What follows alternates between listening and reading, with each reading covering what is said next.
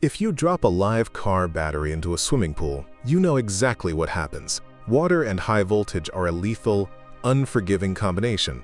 But deep in the murky, pitch-black rivers of the Amazon, there is an apex predator made entirely of soft, squishy flesh that can voluntarily unleash 860 volts of pure electricity. That is enough raw power to instantly drop a full-grown horse, stop a human heart, and completely paralyze anything within a 10-foot radius. We are taught that electricity belongs in wires, metal, and machines.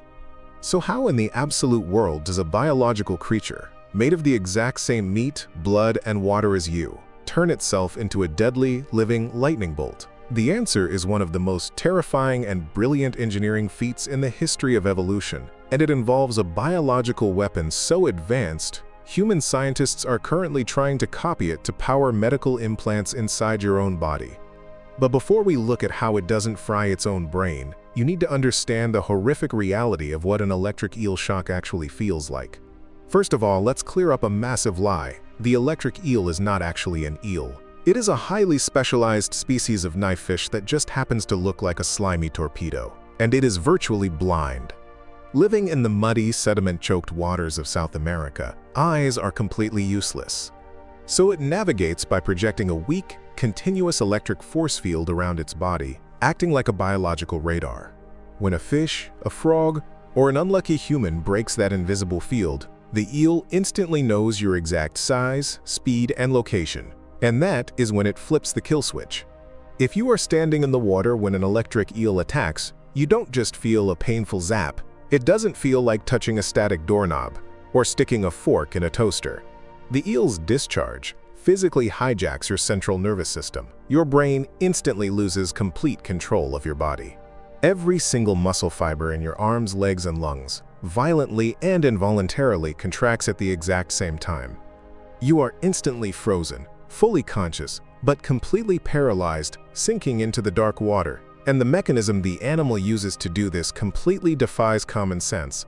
If you were to cut an electric eel open, which I highly recommend you don't do, you would find something completely bizarre. Its actual vital organs, the heart, the liver, the stomach, are all crammed into the tiny front 20% of its body, right behind its head. The remaining 80% of this massive, 8-foot-long predator is just one gigantic biological battery. It is packed with millions of highly specialized, mutated muscle cells called electrocytes. Individually, these cells are pathetic. A single electrocyte can only produce about 0.15 volts, but the eel doesn't have just one. It has over 6,000 of them, stacked perfectly in a row, exactly like the chemical batteries inside a modern flashlight. When the eel's brain sends a chemical signal, microscopic gates in these cells violently rip open, allowing positively charged sodium ions to rush in, while potassium ions rush out. This sudden, microscopic chemical imbalance creates a tiny spark. But because all 6,000 cells fire at the exact same millisecond, those tiny sparks stack on top of each other, instantly combining into a devastating 860-volt shockwave. It is pure, organic, biological magic, but generating massive voltage isn't even the scariest part of what this creature can do. It doesn't just use electricity as a blunt weapon, it uses it for literal, biological mind control. When a fish is hiding in a cluster of dense rocks, the eel can't see it, and it can't reach it. So the eel sends out a very specific, rapid double pulse of electricity. This pulse doesn't kill. Instead, it perfectly mimics the electrical signal that the prey's own brain sends to its muscles. The hiding fish suddenly violently twitches against its own will, creating a tiny splash in the water. The eel's radar instantly detects the splash, pinpointing the hiding spot.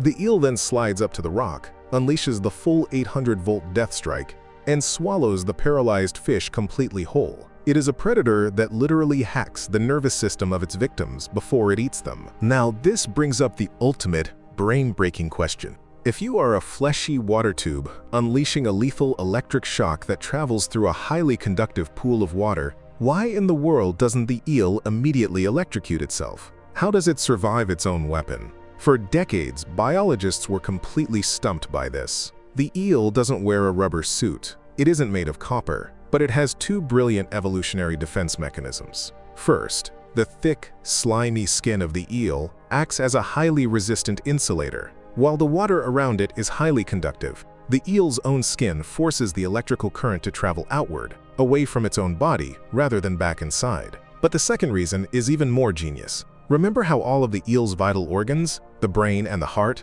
are crammed into the very front of its face? The electrical charge travels in a single direction, from the head down to the tail. The blast physically pushes away from the vital organs, discharging out into the water from the back of its body. The eel's heart and brain sit in a tiny, insulated safe zone, completely unaffected by the apocalyptic lightning storm happening just a few inches away. Nature didn't just invent electricity millions of years before humans did, it perfected it. The electric eel is a living, breathing reminder that evolution is the most terrifying, creative, and ruthless engineer on the planet. Right now, medical researchers at MIT and Harvard are studying the eel's electrocytes, trying to build artificial biological batteries that could one day be implanted into humans to power pacemakers and prosthetic limbs using just our body's own salt and water. The very creature that can stop a human heart might soon be the blueprint for saving millions of them.